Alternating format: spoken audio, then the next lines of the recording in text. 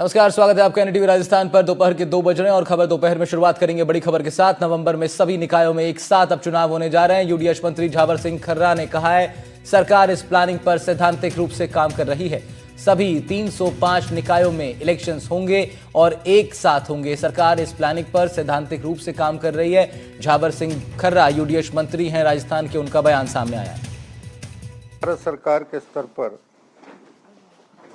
आदरणीय प्रधानमंत्री जी ने पिछले दिनों ग्रामीण क्षेत्र में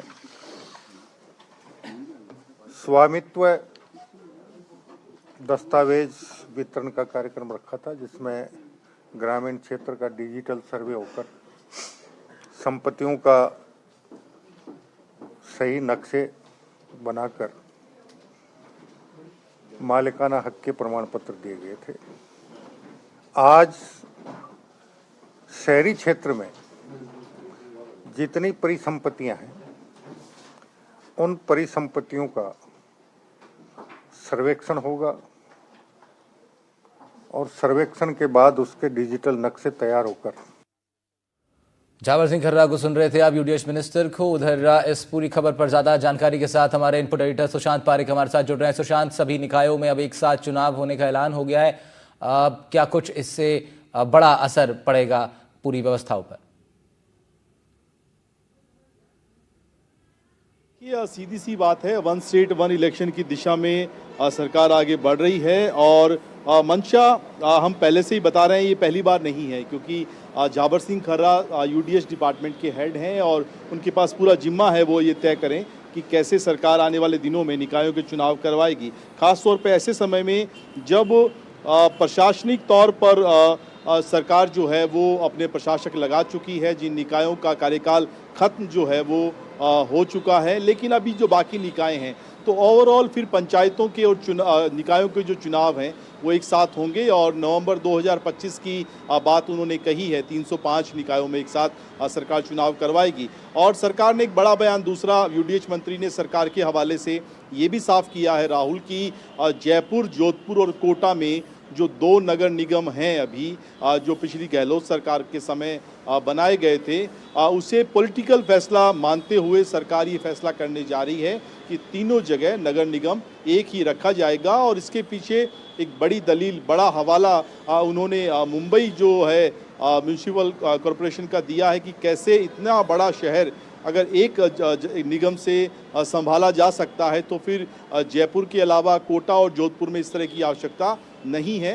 कांग्रेस सरकार के समय ये फैसला किया गया था, केवल इस वजह से कि शहरों में कांग्रेस सरकार बहुत कमज़ोर रही है हमेशा निकायों के चुनाव में, और वो चाहती थी कि इन बड़े शहरों में निकायों के कम से कम एक निकाय पर उनका कब्जा हो, और वार्डों का परिसीमन उन्होंने उसी आधार पर किया था। तो वन स्टेट वन इलेक्शन की मंशा को आगे बढ़ाते हुए हम ये मानकर चल सकते हैं कि इस साल के आखिर में नवंबर तक निकायों के, पंचायतों के चुनाव एक साथ होंगे और पुनर्गठन की जो प्रक्रिया अभी चल रही है पंचायतों की, उसे खत्म कर लिया जाएगा। राहुल, बिल्कुल सुशांत, और यूडीएच मिनिस्टर का भी बयान इसको लेकर के सामने आया। फिर जुड़ेंगे सुशांत पारिक आपके साथ हम। फिलहाल शुक्रिया आपका, इनपुट एडिटर सुशांत पारिक जानकारी दे रहे थे इस बड़ी खबर पर। झावर सिंह खर्रा के बयान के बाद निकाय चुनाव को लेकर हलचल तेज हो गई हैं। सवाल के जवाब में यूडीएच मंत्री ने कहा कि नवंबर में निकायों में एक साथ अब चुनाव होंगे। दरअसल राजस्थान के 49 नगरीय निकायों के निर्वाचित बोर्ड का कार्यकाल 25 नवंबर को पूरा हो चुका है। उसके बाद वहां पर प्रशासक नियुक्त कर दिए गए। नगर परिषद में भी इसी तरह की स्थिति अब रहने वाली है। बढ़ रहे हैं आगे, बात करेंगे एक और बड़ी खबर की। प्रदेश के 10 शहरों के संपूर्ण भूमि क्षेत्र का ड्रोन सर्वे करके डिजिटल मैपिंग की जा रही है।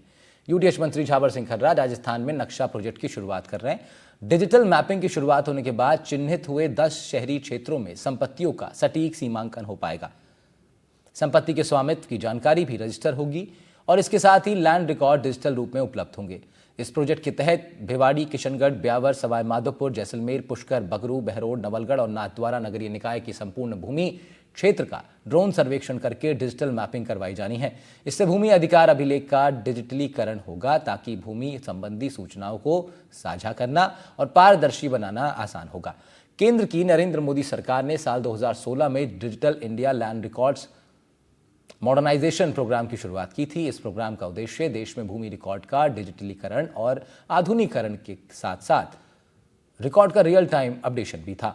देश भर के समस्त राजस्व ग्रामों के मानचित्रों को GIS आधारित एक डिजिटल रिकॉर्ड तैयार किया जा रहा है। भारत सरकार के स्तर पर आदरणीय प्रधानमंत्री जी ने पिछले दिनों ग्रामीण क्षेत्र में